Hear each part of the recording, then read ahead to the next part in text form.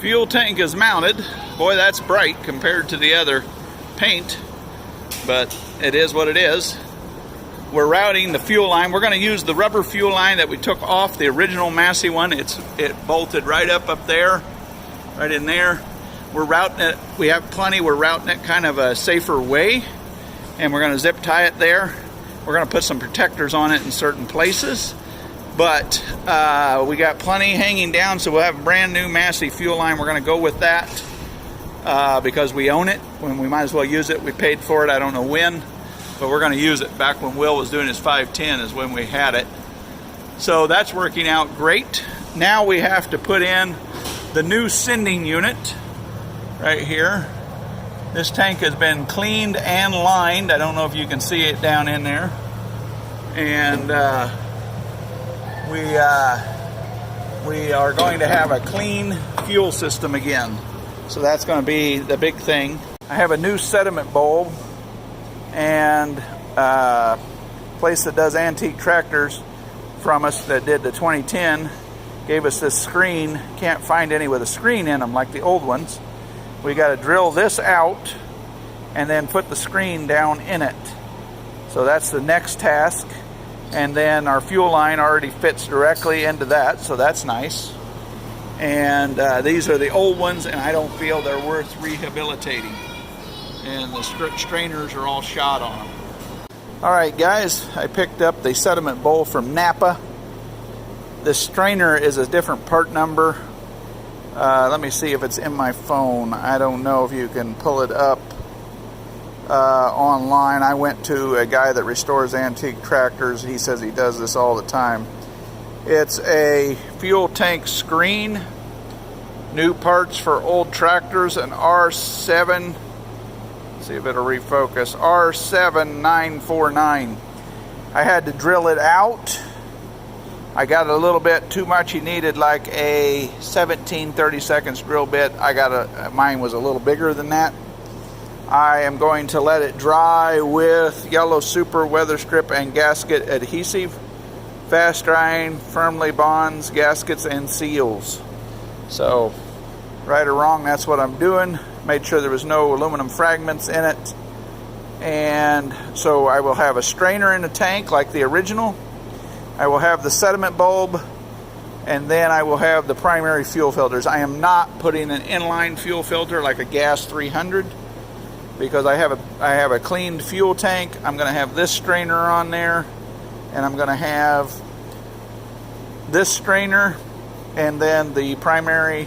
There's two fuel filters, so one might be a secondary and primary. So that's what I'm doing, getting the sediment bowl installed tonight, and we should almost be ready to put fuel to this tomorrow and reprime. Alright guys, I let this set up overnight. The screen is in there, so I'm confident about that, and I'm going to get that installed. Try to get this primed and running today. So that's the goal. I'll get you posted back up when I got some parts on.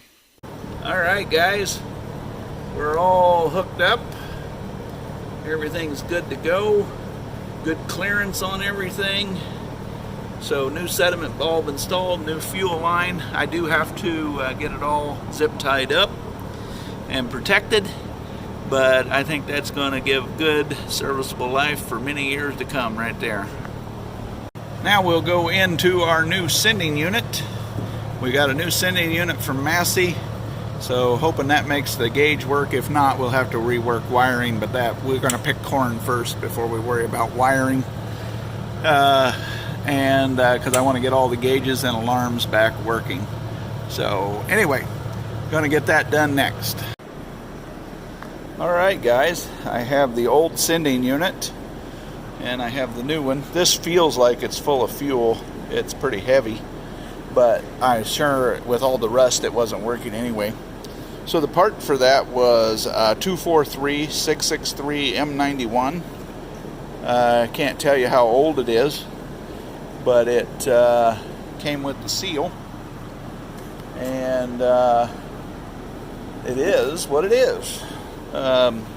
So we're going to install the new one with the new gasket. I have several bolt screws to choose from because we took two apart. So I'm going to get some gasket sealer and clean the surface on the tank and make sure we're good to go there, and put that in and hope we have a fuel gauge when we're done. If not, it's going to be wiring in the dash and everything else. I've dealt with that before, but that won't be this season. The main season is to get everything running, go after, make sure we're all up to speed, and go after the small stuff at a later date. So air conditioning, etc. So I've done it. We will get it going, and we'll keep moving forward. I'll get these installed now, and then we can get some more parts cleared off the bench here. Alright, I have everything installed. That took a little bit of time. Got my bolts back in my bracket back there.